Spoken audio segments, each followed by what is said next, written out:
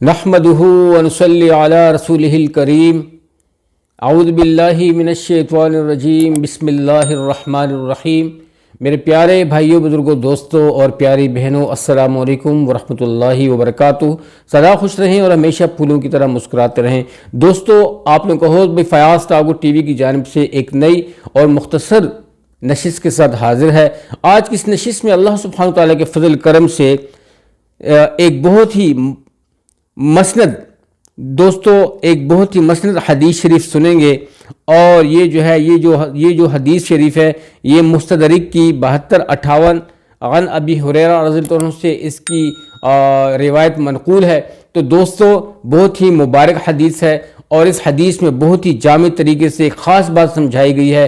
ہر بندہ یہ چاہتا ہے کہ میری گھر کی عورتیں جو ہیں وہ امن میں رہیں، حفاظت میں رہیں، اور ہر قسم ان کا دامن جو ہو وہ ہر وقت پاک ہو، اور ہر قسم کے شر و شدت سے ان کی حفاظت ہو، اور کوئی نظر بد ان کی طرف نہ ہو۔ ہر شخص یہی چاہتا ہے، لیکن سردار دو جہاں اس بارے میں کیا ہدایت دیتے ہیں، کیا فرماتے ہیں؟ جناب محمد مصطفیٰ صلی اللہ علیہ وآلہ وسلم اس حدیث پاک میں فرماتے ہیں کہ دوسروں کی عورتوں سے دور رہو، دوسروں کی عورتوں سے دور رہو، تمہاری عورتیں بھی پاک دامن رہیں گی، اور اپنے والدین کے ساتھ احسن سلوک کرو، اور اپنے والدین کے ساتھ احسن سلوک کرو، تمہاری اولاد بھی تم سے حسن سلوک کرے گی۔ دوستو، مستدرک 7252 عن ابی ہریرہ سے یہ روایت تھی۔ دوستو، کتنی قیمتی حدیث شریف تھی۔ آج ہر بندہ یہ چاہتا ہے کہ اس کی بچیاں، اس کی بیوی، اس کی گھر والی اور اس کی گھر کی عورتیں جتنی بھی ہیں وہ تحفظ میں رہیں، اور وہ ان کا دامن پاک رہے اور ان کی حفاظت ہو۔ تو دوستو، اس کے لیے آپ صلی اللہ علیہ وسلم نے ایک بہترین نسخہ بتا دیا کہ اگر کوئی شخص یہ چاہتا ہے تو دوسروں کی عورتوں سے دور رہے، دوسروں کی عورتوں پر اپنی نظر غلط نہ جمائے رکھے، بلکہ اپنی نظروں کی حفاظت کرے۔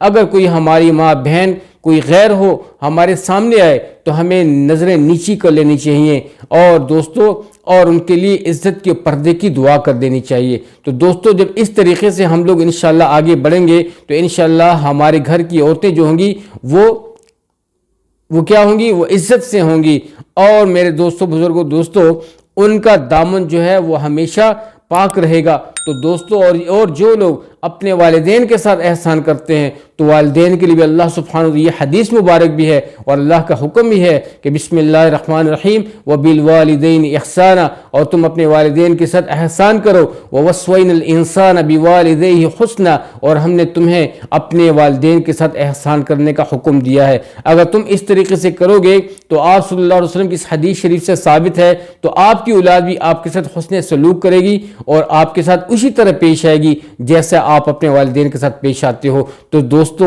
اس حدیث کو سب کے ساتھ شیئر کریں، سب کو بتائیں، اچھی باتوں کو اپنے پاس مت رکھیں، اچھی باتوں کی تشہیر کریں، کھڑے ہوئے، بیٹھے ہوئے، جہاں بھی ممکن ہو، فون پہ ہو، واٹس ایپ کے سورس سے ہو، اور یا قلم کے ذریعے سے ہو، جتنا بھی ممکن ہو آپ اس کی تشہیر کریں، سب کو بتائیں۔